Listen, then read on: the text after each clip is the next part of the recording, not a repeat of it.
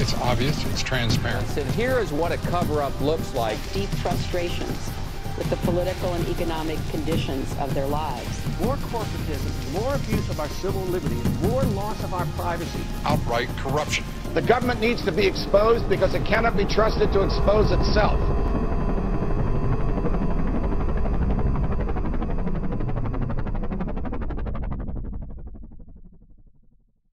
The recent discovery of a makeshift jail in Denver's warehouse district is causing outrage among some. It was apparently constructed to hold DNC protesters. Members of the group Recreate 68 are calling the detention center Denver's dirty little secret.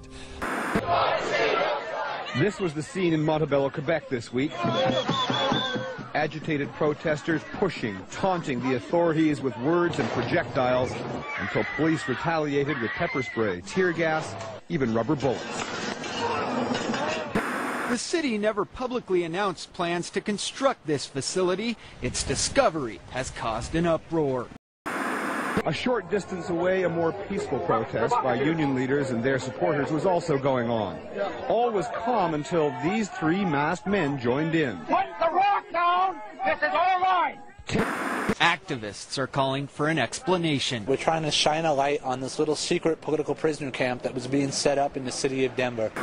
Tensions increased when the trio, armed with large rocks, were accused of being police officers, there not to simply observe, but to incite violence. Protesters say that would have given riot police an excuse to move in and break up the demonstration. Quebec police have now admitted the three masked men are officers, but deny they were there to stir up trouble. However, the Nanaimo documentary filmmaker who shot the videotape saw it differently. They've admitted that they are their officers, but they said that they're not provocateurs. But yet the guy's got a rock in his hand. Come on.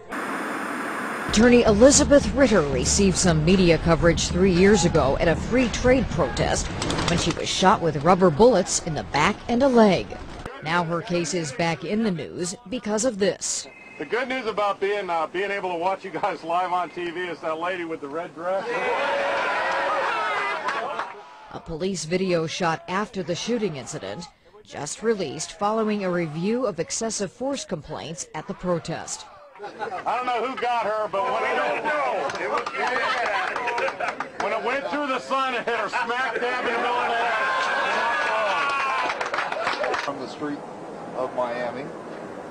From one of the scurrying cockroaches. Oh, cool. You're not allowed to have free expression or free speech in the memorial to Thomas Jefferson, the champion of free speech. We're moving, man. We're touching each other. So we're stopping. We're stopping. We're stopping. You are not arresting us for standing here. For what? Here it is. You didn't even give me a warning. Dancing in a public area. Give me a warning.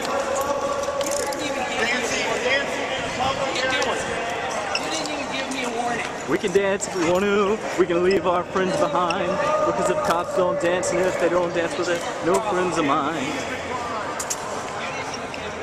Unbelievable. If I said something, I would have stopped. Say anything.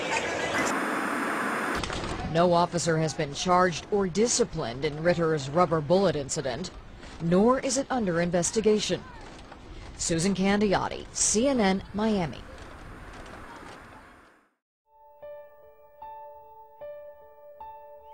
The kind of mass protest that always works is illegal just about everywhere in the United States today. Why is that? For a protest to be effective, you have to stop traffic. You have to stop traffic. What keeps you from getting a permit in the United States? Stepping a foot into the street. Now, why do you have to stop traffic? Because for a protest to do anything, it has to disrupt business as usual. I don't mean violence. I mean dissent.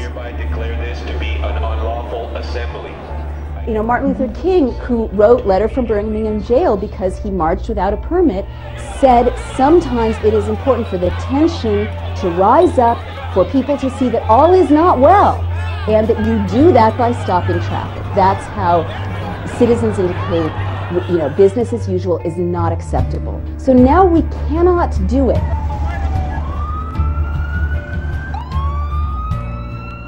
In real time, you are not alone, and we are with you. Then the government pulled the plug. service was cut off, TV satellite signals were jammed, and internet access was blocked for nearly the entire country. So this is America. The government This did is not America. want the Who are people you? to communicate with each other, and it did not want the press to communicate with the public.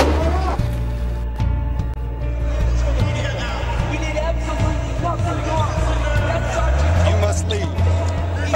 There's a gentleman being arrested, and there are a lot of us. But what the fuck? Look at this shit! What happened in Egypt and what happened in Iran, which this week is once again using violence against protesters seeking basic freedoms, was about a great deal more than the internet. In each case, people protested because of deep frustrations with the political and economic conditions of their lives. They stood and marched and chanted, and the authorities tracked and blocked and arrested them.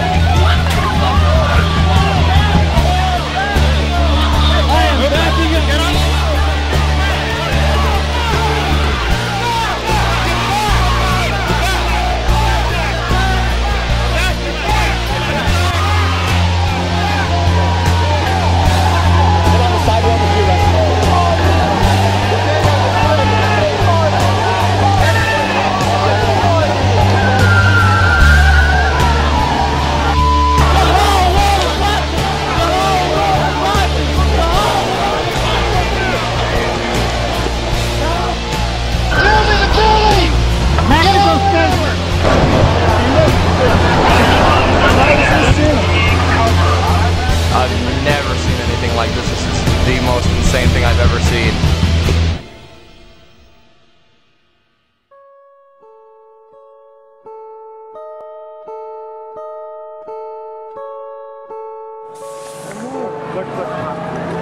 Hey, what's your name, dude? What's your name? Get back! Hey, dude, shout out your name. What's your name? Get back!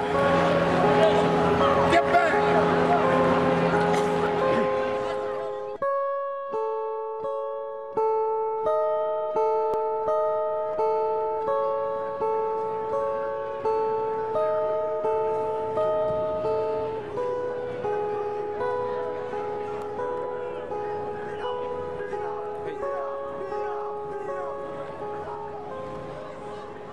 I can tell you as a student of closing and opening societies that if you don't have the right to protest, you cannot defend democracy. It's not theoretical. It's not rhetorical. You just can't do it.